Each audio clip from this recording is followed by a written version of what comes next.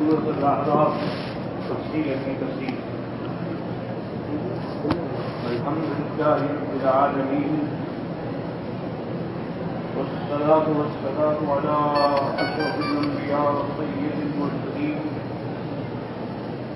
سيدنا محمد وعلى آله وأصحابه أجمعين.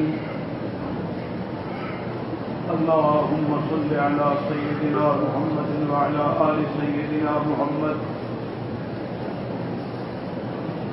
كما صليت على إبراهيم وعلى آل إبراهيم في العالمين إنك حميد مجيد. أعوذ بالله من الشيطان الرجيم. بسم الله الرحمن الرحيم.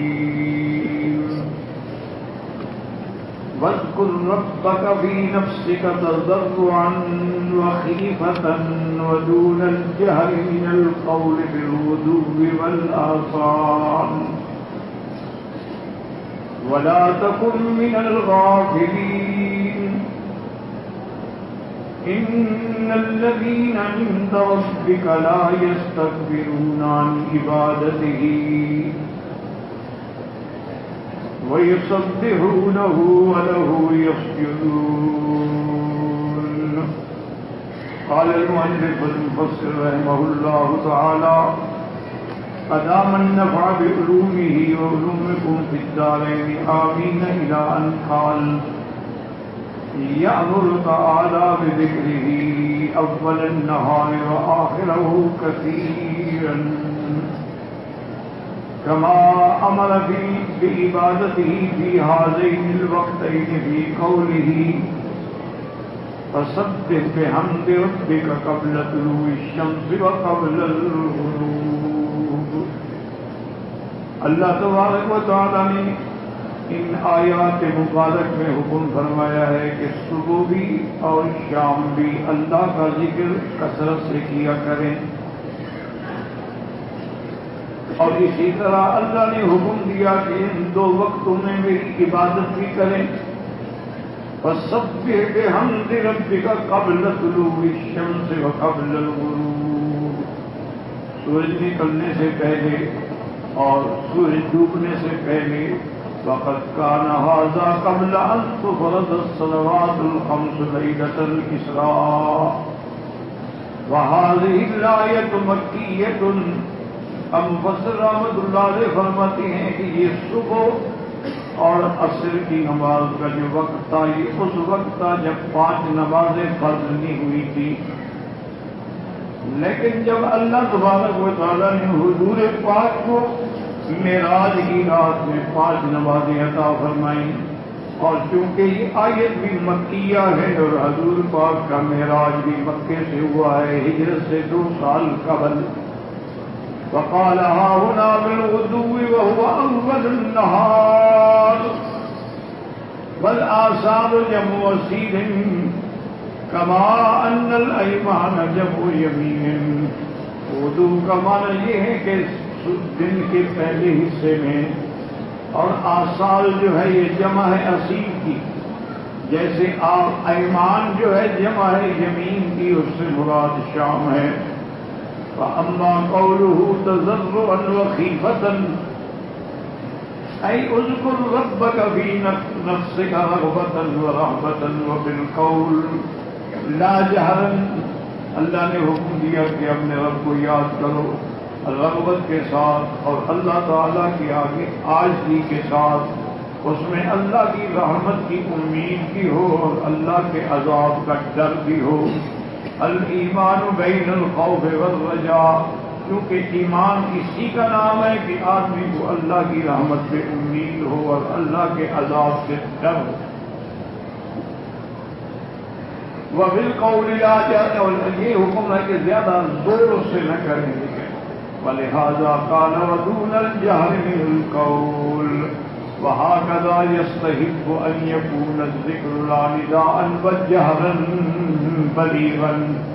حکم یہی ہے کہ ذکر جو ہے بہت بڑی اور اونچی آواز میں نہ کیا جائے بلکہ درمیانی آواز ہو.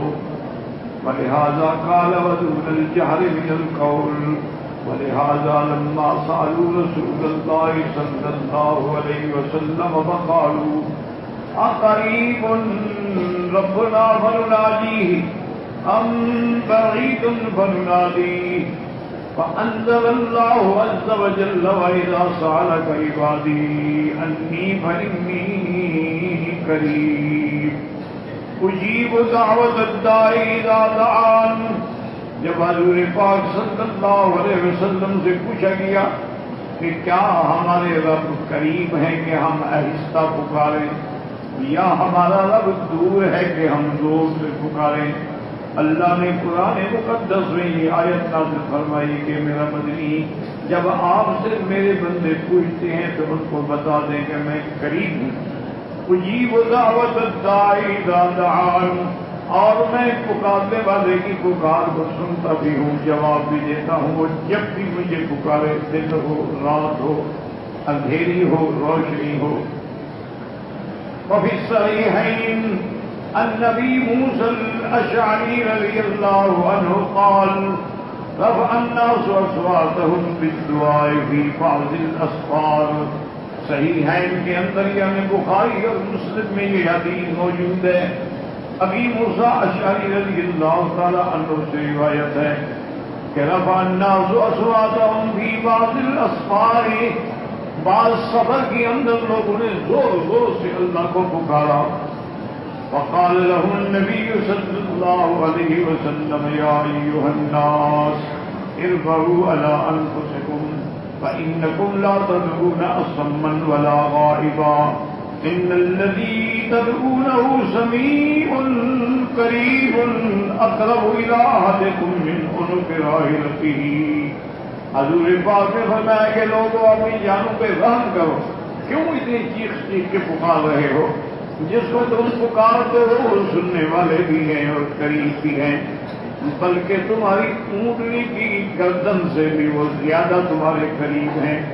وقد يكون المراد من هذه الآية كما في قوله تعالى ولا تجهر بصلاتك ولا تخافت بها وابتغ بين ذلك سبيلا فإن المشركين كانوا إذا سمعوا القرآن صبوه وصبوا من أنزله وصبوا من جاء به فأمره الله تعالى أن لا يجهر به لئلا ينال منه المشركون ولا يخافت به عن أصحابه فلا يسمعهم وَلْيَتَّخِذْ سَبِيلًا بَيْنَ الْجَهْرِ وَالْإِسْرَارِ. حضور پاک جب تلاوت فرماتے قرآن پڑھتے تو مشرکین کو بڑی تکلیف ہوتی. تو اب مشرکین نعوذ باللہ کیا کرتے کہ جب قرآن پڑھتے حضور تو قرآن کو بھی گالیاں دیتے، قرآن اتارنے والے کو بھی گالیاں دیتے، قرآن پڑھنے والے کو بھی گالیاں دیتے. حضور پاک صلی اللہ علیہ وسلم نے فرمایا کہ اللہ نے فرمایا کہ میرے مدنی زور سے نہ پڑھا کریں اور نہ اتنا آہستہ پڑھا کریں کہ صحابہ بھی نہ سن سکیں. زور سے نہ پڑھیں تاکہ دشمن کو کسی قسم کی بکواس کرنے کا موقع نہ ملے، اور آہستہ بھی نہ پڑھیں کہ آپ کے صحابہ بھی نہ سن سکیں. وَلْيَتَّخِذْ سَبِيلًا، بلکہ درمیانی تلاوت فرمائیں، نہ بہت اونچا نہ بہت نیچے. وقد قال في هذه الآية الكريمة ودون الجهر من القول بالغدو والآصال ولا تكن من الغافلين. وقد زعم ابن جرير وقبله عبد الرحمن بن زيد بن أسلم أن المراد بها أمر السامع للقرآن في حال استماعه بالذكر على هذه الصفة وهذا بعيد مناف بالإنصات المأمور به. کہتا ہے کہ ابن جریر رحمۃ اللہ علیہ نے اور اس سے پہلے عبد الرحمن بن زید بن اسلم نے فرمایا کہ اس سے مراد یہ ہے السامع للقرآن، سننے والا جو ہے فی حال استماعی، جب وہ ذکر سن رہا ہوتا ہے تو اس کی یہ صفت ہو. لیکن مفسر فرماتے ہیں یہ معنی بالکل موافق بھی نہیں ہے بلکہ بعید ہے. ثم ان المراد بذلك بالصلاة كما تقدم بالصلاة والخطبة، پھر جیسے کہ آپ پڑھ چکے ہیں اس کا حکم نماز میں بھی ہے، خطبے میں بھی ہے. ومعلوم ان الانصات اذاک افضل من الذکر باللسان، کہ خاموش رہنا جو ہے اس ذکر سے زیادہ بہتر ہے. سواء کان سرا او جہرا فهذا الذي قاله لم يطابع عليه، بل المراد والحث على كثرة الذكر من العباد بالغدو والآصال لئلا يكونوا من الغافلين. اللہ نے حکم دیا کہ کثرت سے میرا ذکر کرو، اپنے بندوں کو حکم دیا کہ صبح کو بھی اور شام کو بھی ہر حال میں میرا ذکر کریں، ایسے نہ ہوں کہ غفلت میں پڑ جائیں اور اللہ تعالیٰ کے ذکر کو بھلا بیٹھیں. اب اگلی آیت میں اللہ نے فرشتوں کی مدح بیان فرمائی ہے کہ جو فرشتے ہیں اللہ تبارک و تعالیٰ کی مخلوق ہے، اس لیے بیان کی ہے کہ تاکہ ہم بھی ان کے مطابق چلیں کثرت طاعت اور عبادت میں. اس لیے شرعنا السجود ہاں ہونا یہاں سجدہ ہے واجب. لما ذکر سجودهم للہ عز وجل كما جاء في الحدیث الا تسبون كما تسب الملائکۃ عند ربها، کہ تم ایسے صفے کیوں نہیں بناتے ہو نماز کی جیسے فرشتے صفے بناتے ہیں. الاول پہلے پہلی صف کو پورا کریں پھر دوسری کو پورا کریں، اسی طرح ترتیب سے. وَيَتَرَاصَوْنَ بِالصَّفِّ اور صف میں مل کے کھڑے ہوں. وَهَذِهِ أَفْضَلُ سَجْدَةٍ فِي الْقُرْآنِ مِمَّا يَشْرَعُ لِقَارِئِهَا وَمُسْتَمِعِهَا السُّجُودَ بِالْإِجْمَاعِ. یہ قرآن پاک میں سب سے پہلا تلاوت کا سجدہ ہے، اور حکم یہی ہے کہ سننے والا بھی اور پڑھنے والا بھی سجدہ کرے. وقد ورد في حديث رواه ابن ماجه ان ابي الدرداء رضي الله تعالى عنه عن النبي صلى الله عليه وسلم انه ادعى في سجدات القرآن. اور حضرت ابی الدرداء رضی اللہ تعالی عنہ فرماتے ہیں کہ حضور پاک نے اس سجدے کو قرآن کے سجدہ تلاوت میں شمار فرمایا ہے. الحمدللہ آخر تفسیر سورۃ الاعراف وللہ الحمد والمنہ. اب ان آیات میں جو مسائل ہیں وہ سمجھیں. ایک تو یہ حکم دیا گیا ہے کہ بہت زیادہ دعا میں چیخ و پکار نہ کریں، بلکہ اگر تو آپ اکیلے دعا کر رہے ہیں تو جتنا آہستہ ہوگی اتنا زیادہ بہتر. اچھا، اسی طرح حضور پاک صلی اللہ علیہ وسلم سے سوال کیا گیا کہ یا رسول اللہ، اللہ ہمارے قریب ہے یا بعید ہے؟ اگر تو قریب ہو تو پھر ہم ایسا ایسا ذکر کریں، ایسا ایسا دعا مانگیں، اور دور ہو تو پھر ہم زور سے مانگیں.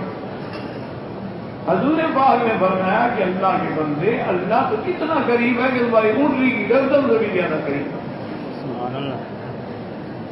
اور اسی طرح قرآن میں آتا ہے کہ وَنَحْنُ أَقْرَبُ إِلَيْهِ مِنْ حَبْلِ الْوَرِيدِ، ہم تمہاری شاہ سے بھی زیادہ قریب. اور ساتھ یہ بھی فرما دیا کہ جب بھی میرا بندہ مجھے پکارتا ہے اجیب دعوت الداعی اذا دعان، دن ہے، رات ہے، سفر ہے، حضر ہے، اکیلا ہے، جس حال میں بھی وہ مجھے پکارتا ہے میں اس کی پکار سنتا ہوں اور اس کی آرزو پوری کرتا ہوں. تو اب یہ سمجھیں کہ اس قریب ہونے کا کیا مطلب، کیونکہ اسی سے بہت سارے لوگوں نے، اللہ تعالیٰ معاف کرے، ایسا دھوکہ کھایا ہے یا عمدن دین میں نعوذ باللہ انہوں نے فتنہ کھڑا کیا ہے. سب سے پہلے تو اس فتنے میں شیعہ مبتلا. اس کی وجہ یہ ہے کہ اصل میں کہ شیعہ جو ہے یاد رکھو ایک مذہب نہیں ہے.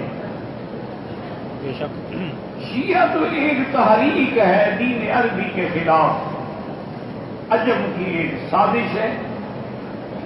انہوں نے پھر اس کو مذہب کا رنگ دیا، ورنہ شیعہ مذہب تو نہیں ہو. سب سے پہلے تو انہوں نے اس بات کو دلیل بنا کے کہ اللہ جب شاہ رگ سے بھی قریب ہے تو مانا اندر ہے نا، اس لیے انہوں نے کہا کہ اللہ تعالیٰ نے حضرت علی رضی اللہ تعالی عنہ نے حلول کر لیا ہے. اب ظاہر میں تو وہ علی ہے لیکن اندر ان کے مولا. اسی لیے وہ ہر جگہ مولا علی یعنی السلام علیکم بھی نہیں کرتے. جو اہل سنت کا تحیہ ہے، جو اہل جنت کا تحیہ ہے، ایک کہے گا یا علی مدد اور دوسرا کہے گا مولا علی مدد. یہ ان کا عقیدہ. اسی طرح آج بھی وہ جماعت دنیا میں موجود ہے، وہ نویسری کہلاتے ہیں، جو حضرت علی کو خدا سمجھتے ہیں اور مشکل کشا سمجھتے ہیں اور حاجت روا سمجھتے ہیں. حضرت علی رضی اللہ عنہ کے زمانے میں بھی ایسے لوگ موجود تھے. جب حضرت علی کو پتہ لگا آپ نے پکڑوایا ان کو کہ لے آؤ. حضرت علی رضی اللہ تعالیٰ عنہ کی خدمت میں جب وہ کیسے آپ نے بات آتا کہ تو نبی میرے بارے میں کیا کی جائے تمہارا؟ نے کہا جی آپ خدا ہیں. حضرت نے فرمایا لا حول ولا قوت الا باللہ. کیا کہہ رہے ہیں؟ میں انسان ہوں، میں بشر ہوں، میں کھاتا ہوں، میں پیتا ہوں، میری بیوی ہے، میرے بچے ہیں، میں کیسے خدا ہوں؟ نہیں حضرت جو کہتے ہیں آپ خدا ہیں.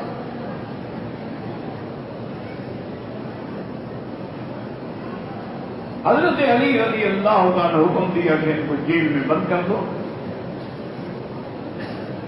منشا آپ کا یہ تھا کہ جب سختی ہوگی تو شاید یہ توبہ کر لے تو چھوڑ دیا جائے. لیکن چند دنوں کے بعد حضرت نے پھر بلایا. اگر میں ہاں بھائی اب بتاؤ تمہارا کیا کروں؟ میں کہی وہی ہمارا پہلے والا عقیدہ ہے کہ آپ خدا ہیں.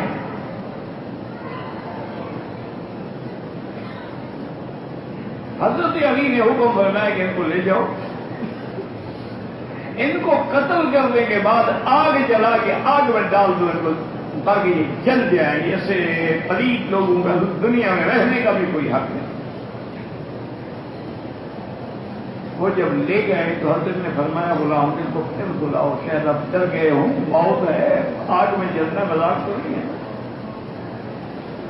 تاکہ توبہ کر. پھر آپ نے بلایا، پوچھا بھی ہاں کیا عقیدہ ہے؟ انہوں نے کہا حضرت اب تو یقین ہو گیا کہ آپ خدا ہیں، کیونکہ عذاب جہنم تو خدا دیتا ہے نا آگ کا عذاب. آپ نے ہمارے لیے بھی تو جہنم کی آگ کا عذاب قبول کیا ہے، تو لہذا آپ خدا ہیں. حضرت علی رضی اللہ عنہ نے حکم دیا کہ ان کو جلا دیا جائے. ان کو جلا دیا گیا. فتنہ بظاہر دب گیا لیکن اندر اندر تو بڑھتا رہا. اور اسی طرح یاد رکھیں کہ شیعہ کے بعد یہ فتنہ جو ہے ہمارے اہل بدعت حضرات کے پاس آیا. ان کا بھی یہی عقیدہ ہے کہ حضرت محمد مصطفیٰ صلی اللہ علیہ وسلم لباس بشر میں ہیں لیکن اندر نور ہے اور خدا ہے. ان کا بھی یہی عقیدہ ہے. انہوں نے کہا بظاہر حضور کے لباس جو ہے لباس بشری ہے،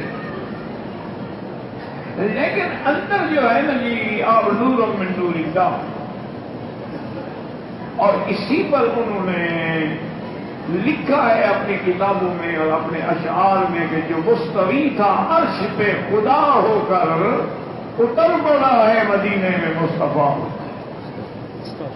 انہوں نے کہا اوپر آپ خدا سے نیچے آئے تو مصطفیٰ کی شکل میں آئے.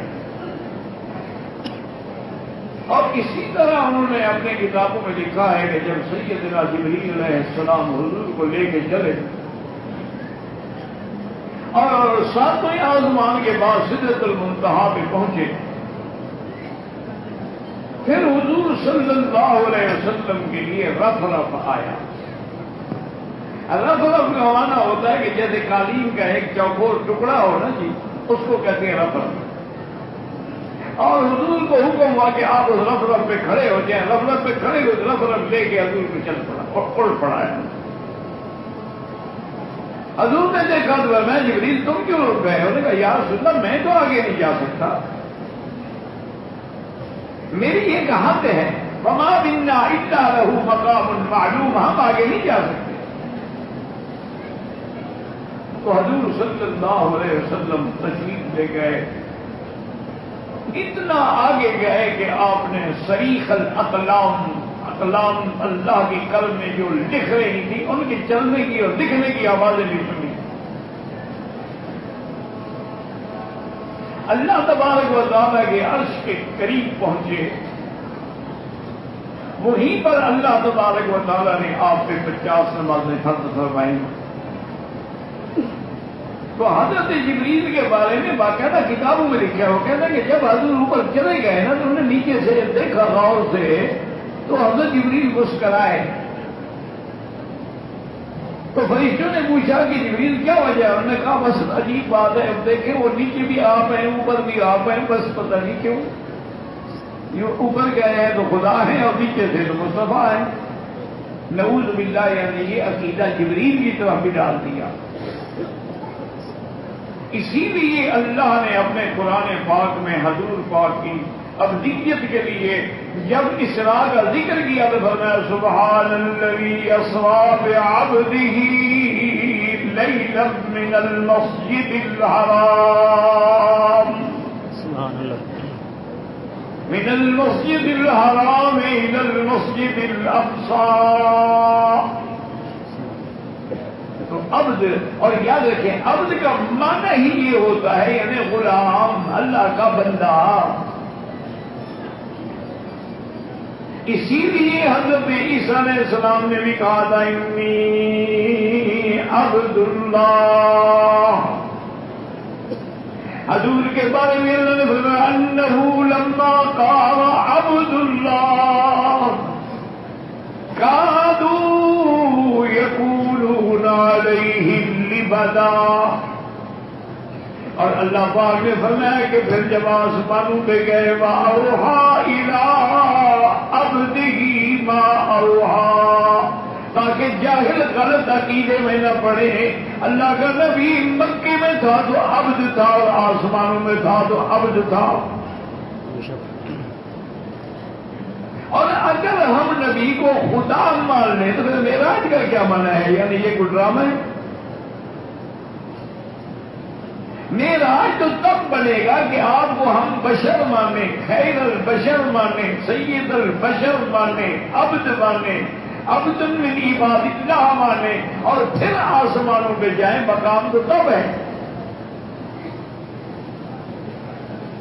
اسی لیے اقبال نے کہا تھا کہ سبق ملا ہے یہ معراج مصطفیٰ سے مجھے کہ عالم بشریت کی زد میں ہے کر دوں.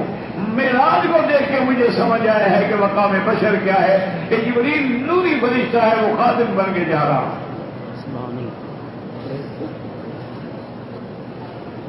تو اس لیے ہمیشہ یاد رکھیں کہ اس قسم کا عقیدہ رکھنا جو ہے یہ گناہ نہیں, کفر ہے.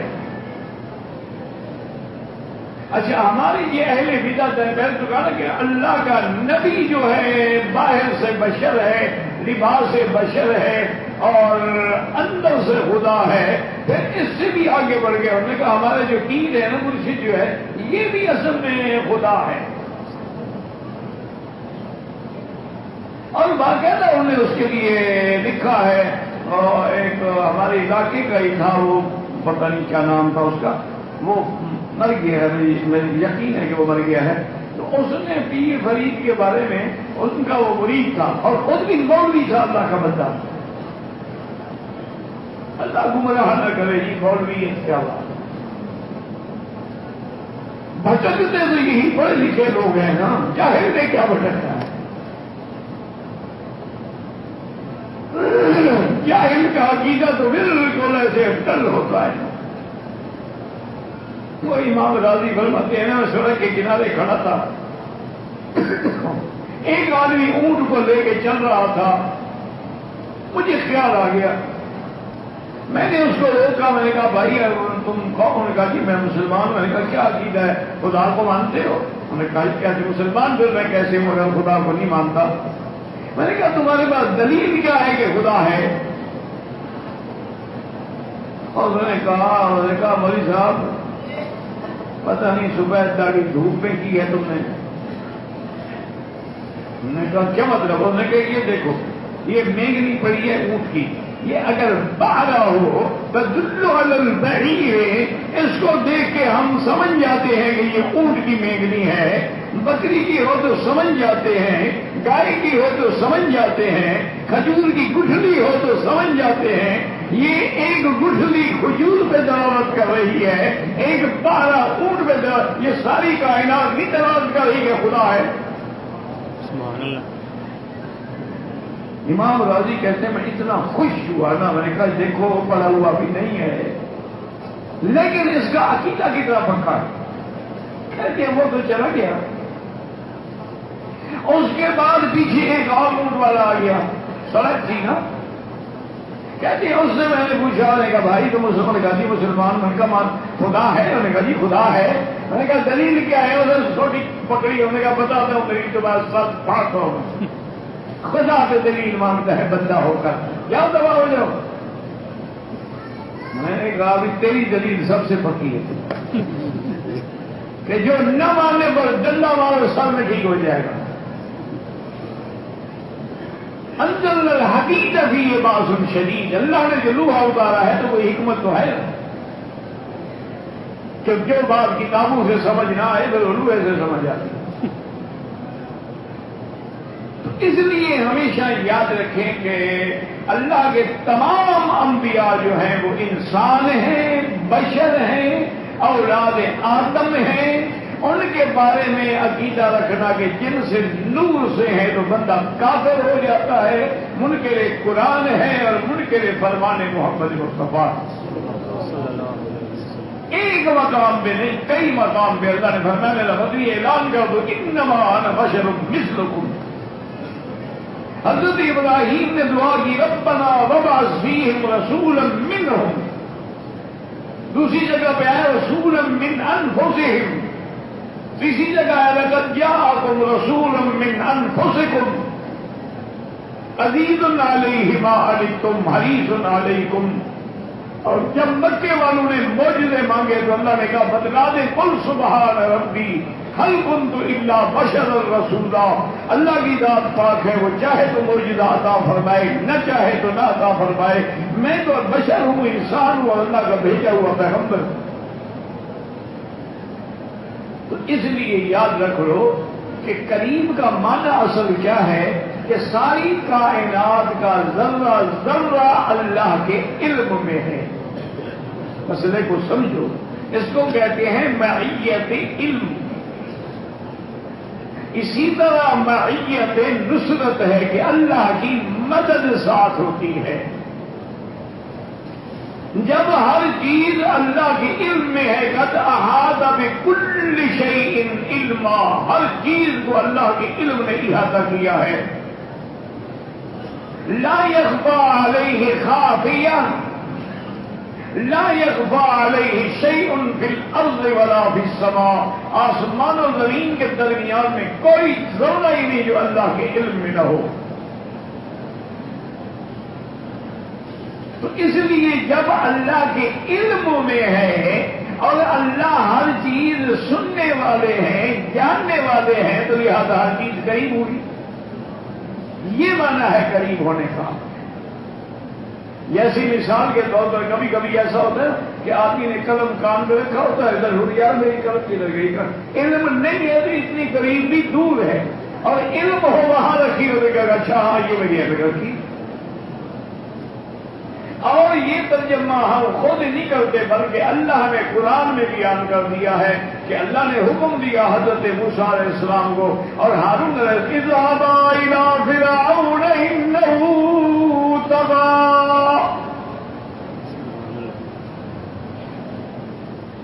انہوں نے عرض کیا مولا آپ کا حکم ہے، ہم تو تعلیم کے لیے جاننے کے لیے تیار ہیں، لیکن فرعون بڑا ظالم ہے، فرعون عزیز اوتار، وہ تو اپنے دشمنوں کے ہاتھوں اور پاؤں میں میخیں کروا دیتا ہے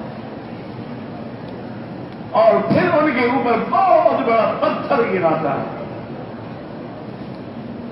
تو اللہ نے فرمایا لا تخافا، ڈرو نہیں، اننی معکما، میں تم دونوں کے ساتھ ہوں۔ کیسے ساتھ ہوں؟ اسمع و ارا، میں ہر چیز سن بھی رہا ہوں، دیکھ بھی رہا ہوں، تو میں قریب ہوں، ڈرتے کیوں ہو؟ اسی طرح اللہ نے فرمایا ہوگا معکم اینما کنتم، تم جہاں بھی ہو اللہ تمہارے ساتھ ہے، ہر چیز کو دیکھ رہے ہیں۔ حضور جب غار میں بیٹھے ہیں تو وہیں بھی آپ نے جب حضرت ابو بکر ڈرنے لگے تو فرمایا یا ابا بکر ما ظنک باثنین اللہ ثالثہما، تمہیں کیا خیال ہے ان دو کے بارے میں، تیسرا جن کے ساتھ خدا ہو ان کو کیا ڈرنا ہے؟ اللہ نے قرآن نازل فرما دیا اذ یقول لصاحبہ لا تحزن ان اللہ معنا، مت کرو اللہ ہمارے ساتھ، کیا مانا اللہ کی مدد ہمارے ساتھ ہے کہ کعبے اوپر کھڑے ہیں، سوراخ بھی ہے لیکن دیکھ نہیں سکتے، اور پھر اللہ نے فرشتوں کا پہرا نہیں لگوایا اپنے مدنی پاک کی حفاظت کے لیے، وہاں مکڑی نے جالا تن لیا، یعنی سب سے کمزور ترین چیز مکڑی کا جالا ہوتا ہے، ایک بچہ بھی یوں کر کے ٹوٹ جائے، لیکن اسی کو اللہ نے ذریعہ بنا دیا کہ کافر اندھے ہو گئے کہ یار اگر غار میں حضور گھستے داخل ہوتے بھی مکڑی کا جالا نہ ٹوٹ جاتے، کیا کہہ رہے ہو، چلو واپس۔ اللہ تبارک و تعالیٰ نے ایک مکڑی کے جالے سے اپنے نبی کی حفاظت کرا دی، وہ جاتے فرشتے بھیجتے تھے پکڑ کے کافر کو پہاڑ سے نیچے پھینکتے گردن ٹوٹ جاتی۔ تو اس لیے ہمیشہ سمجھیں کہ معیت کا معنی کیا ہوتا ہے، معیت علم یا معیت نصرت، کہ جب اللہ کی مدد ساتھ ہو تو کوئی کیا کر سکتا ہے۔ حضور صلی اللہ علیہ وسلم سو رہے تھے ایک درخت کے نیچے، اور آپ نے اپنی تلوار مبارک جو تھی نا وہ لٹکا دی درخت سے، ایک ہی کافر دشمن چھپا ہوا تھا، وہ آہستہ آہستہ آہستہ چلتے چلتے خفیہ طریقے، صحابہ دور تھے، سفر تھا نا، کوئی کہیں لیٹا ہے کوئی کہیں لیٹا ہے کوئی کہیں لیٹا ہے، اور اس نے حضور کی وہی تلوار نکالی، حضور کی بھی آنکھیں کھلی اور اس نے کہا کہ میں یحفظک من یمنعک منی، اب میری تلوار سے تمہیں کون بچا سکتا ہے؟ اللہ۔ حضور نے جب اللہ کا اس کے ہاتھ سے تلوار نکلی، حضور نے تلوار اٹھا لی، سر میں اب بتاؤ اب تمہیں کون بچائے گا؟ حضور نے کہا جی بس آپ کا خلق ہی بچائے گا، ورنہ اب میں مجھے تو ہوں، جاؤ بات۔ تو معنی یہ ہوتا ہے کہ یا معیت علم ہوگی یا معیت نصرت ہوگی، ایک مسئلہ یہ سمجھے، اور دوسرا مسئلہ یہ سمجھ لیں کہ اللہ کے فرشتے جو ہیں وہ آسمانوں میں ہیں اور ہر وقت اللہ کی تسبیح و تقدیس میں مشغول ہے، اور ان کا وظیفہ ہوتا ہے سبوح قدوس ربنا رب الملائکۃ والروح، اور ملائکہ کتنی ہیں، وما یعلم جنود ربک الا ہو، میرا مدنی آپ نہیں جانتے کہ اللہ کا لشکر کتنی بڑی تعداد میں ہے۔ اور ایک دن میں آقا رحمت دو جہاں صلی اللہ علیہ وسلم بیٹھے تھے صحابہ میں، فرفع رأسہ، آپ نے سر اٹھایا اور فرمایا اتت السماء وحق لها انت اتا، فرمایا آسمان کو چرچراہٹ کی آواز آ رہی ہے۔ عتیق کہتے ہیں کہ جیسے پلان رکھتے ہو نا اونٹ پر، اس پر کیا بانس ڈالو تو اس سے ایک آواز پیدا ہوتی ہے، اس کو کہتے ہیں عتیق۔ میں اتت السماء وحق لها انت اتا، وہ آنی بھی چاہیے، ما من موضع فی السماء قدر شبر الا وملک راکع او ساجد یسبح ویقدس للہ، آسمانوں میں ایک بالشت کے برابر بھی جگہ خالی نہیں ہے مگر کوئی نہ کوئی اللہ کا فرشتہ یا سجدے میں ہے یا رکوع میں ہے، دائماً تسبیح و تقدیس کر رہا ہے۔ اس سے ہمیں سبق ملتا ہے کہ جو معصوم ہیں، جو گناہوں سے پاک ہیں، وہ ہر وقت میرا ذکر کرتے ہیں اور تم غافل اور سوئے ہوئے ہو۔ اسی لیے حکم دیا گیا کہ انسان صبح ہو شام ہو رات ہو کوئی بھی گھڑی ہو، اور پھر ایسا اندازہ یاد کریں کہ آپ کھانا کھائیں تو کیا کہیں گے، بسم اللہ الرحمن الرحیم، اگر کھا لیں گے تو کہیں گے الحمدللہ الذی اطعمنا وسقانا، اگر کپڑا پہنیں گے تو کیا کہیں گے الحمدللہ الذی کسانا۔ حتیٰ کہ اگر آدمی اپنی بیوی کے ساتھ ملنا چاہتا ہے تو کپڑے اتارنے سے پہلے کہ اللہم جنب الشیطان عنا وجنبنا عنہ ما رزقتنا، تاکہ شیطان مداخلت نہ کر سکے۔ اسی طرح اگر حمام میں جانا چاہتے ہیں اللہم انی اعوذ بک من الخبث والخبائث، اگر باہر نکلتا ہے تو الحمدللہ الذی عافانی عن الاذی غفرانک، اگر سونا چاہتے ہیں اللہم باسمک وذات جنبی فاغفر لی ذنبی، اگر نیند کھلے تو کہ الحمدللہ الذی احیانی بعدما اماتنی والیہ۔ ہر دنیا میں لفظ پہ اللہ کا ذکر، سیڑھیاں اترو تو کہو سبحان اللہ، کیونکہ اللہ نیچے ہونے سے پاک ہے۔ اگر اوپر چلو تو کہو اللہ اکبر، تم کیا بلند ہو، اصل بلند تو اللہ کی ذات ہے۔ ہر جگہ اللہ کا ذکر ہے۔ اللہ نے فرمایا جو میرے بندے ہیں الذین یذکرون اللہ قیاما وقعودا وعلی جنوبہم، میرے بندے کھڑے ہیں تو میرا ذکر ہے، بیٹھے ہیں تو میرا ذکر ہے، لیٹے ہیں تو میرا ذکر ہے۔ تفکرون فی خلق السماوات والارض ربنا ما خلقت هذا باطلا سبحانک فقنا عذاب النار۔ اللهم اجعلنا من الذاکرین، اللهم اجعلنا من الشاکرین ولا تجعلنا من الغافلین۔ اس سورت کی آخری آیت میں چونکہ سجدہ تھا تو عشاء کی نماز سے پہلے یا بعد میں سجدہ کرتے ہیں۔ واللہ اعلم۔